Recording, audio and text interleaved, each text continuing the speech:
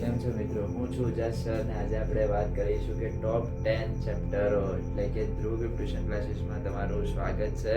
અને most IMP એટલે 12th ના સ્ટુડન્ટમાં આર્ટ્સની અંદર આપણે વાત કરીશું કે ઇકોનોમિક્સ બરાબર, અર્થશાસ્ત્ર બરાબર.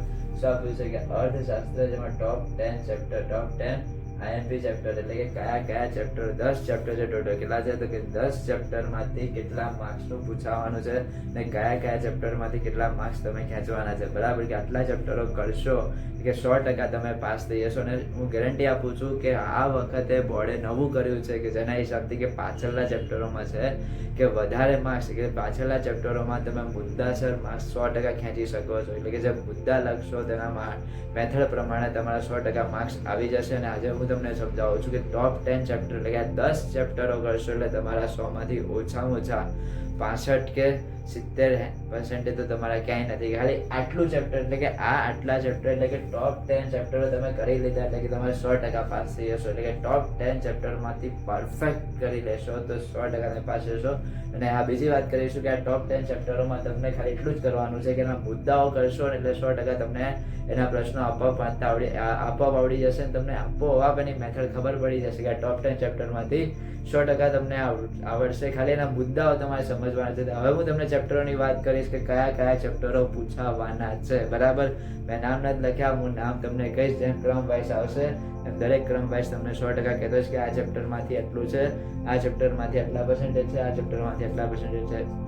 તો પહેલું ચેપ્ટરની આપણે વાત કરીશું. હા મિત્રો, પહેલું ચેપ્ટરની આપણે આજે વાત કરીશું. તો પહેલું ચેપ્ટર છે તો કે અર્થશાસ્ત્રના આલેખો બરાબર. શું આપ્યું છે તો કે પહેલું ચેપ્ટર આપણને આપ્યું છે તો કે અર્થશાસ્ત્રના આલેખો, જે મોસ્ટ ચેપ્ટર છે. અને આ ચેપ્ટરમાંથી તમને 100% તમને આવડશે. અને ખાલી તમે આ એક ચેપ્ટર ખાલી તમે વાંચશો ને એમાં તો પણ તમને 10 માર્ક્સનું તો આવડી જ જશે બરાબર.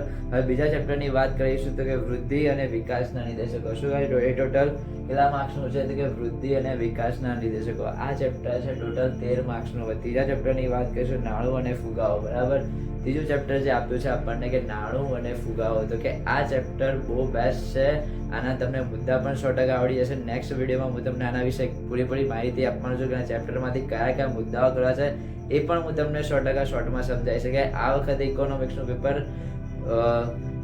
તમારે સહેલું બનાવવાનું છે. ભલે પેપર હાર્ડ આવે પણ પેપર સહેલું તમારે બનાવવું છે. તૈયારી તમારે કરવાની છે કે ચેપ્ટરો તમે આટલા કરી લેશો એટલે તમે 100% આખું ઇકોનોમિક્સનું પેપર તમારે ઇઝી લાગશે. એકદમ પ્યોર, એકદમ ઇઝી લાગશે કે તમે એક ચેપ્ટર ખાલી તૈયારી કે ક્રમ વાઇઝ તમે ચેપ્ટરો કરી લીધા તો તમારે આટલા માર્ક્સ તો ક્યાંય નથી ગયા બરાબર. આપણે ત્રીજા ચેપ્ટરની કઈ વાત કરીશું તો કે હવે આવ્યું છે કે ત્રીજું ચેપ્ટર બરાબર, બેન્કિંગ અને નાણાં નીતિ. શું આપ્યું છે તો કે ત્રીજું ચેપ્ટર આપ્યું છે તો કે બેન્કિંગ અને નાણાં નીતિ. હા, આ પણ ચેપ્ટર છે 10 માર્ક્સનું આ વખતે લીધું છે. જે ગયા વર્ષે 8 એટલે કે જે ગયા વર્ષે ઓછા માર્ક્સનું હતું પણ આ વખતે આમાં 10 માર્ક્સ એટલે કે 2 માર્ક્સ વધારે ઉમેરવામાં આવે છે.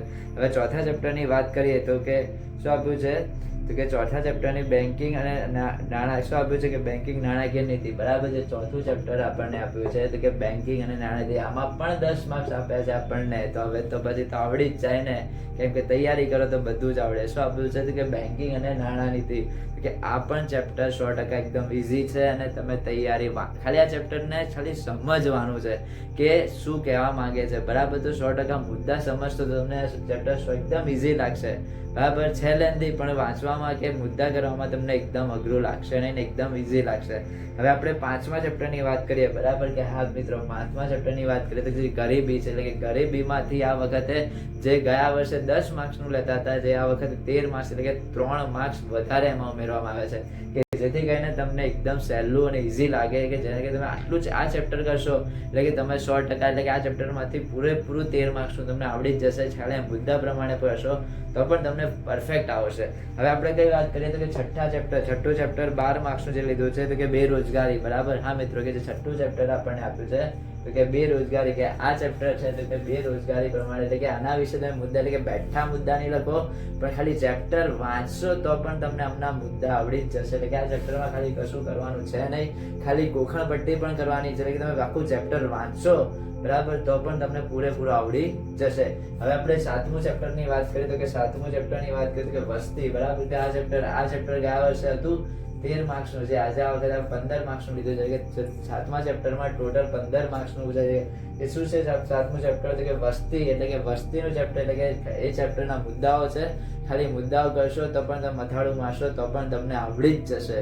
હવે આપણે વાત કરીએ કે 8મું ચેપ્ટર, બરાબર. 8મું ચેપ્ટર છે તો કૃષિ ક્ષેત્ર. શું આપ્યું છે કે 8મું ચેપ્ટર જે આપ્યું છે ઇકોનોમિક્સમાં, જે ગયા વર્ષે આપણને હતું કે 8 માર્ક્સનું, જે આ વર્ષે 10 માર્ક્સનું લીધું છે. એટલે કૃષિ ક્ષેત્ર આપણને આપ્યું છે તો કે કેટલા માર્ક્સનું છે તો કે આપણને 10 માર્ક્સનું આ વખતે લીધું છે. હવે 9મું ચેપ્ટરની આપણે વાત કરીએ તો કે વિદેશ વેપાર, બરાબર.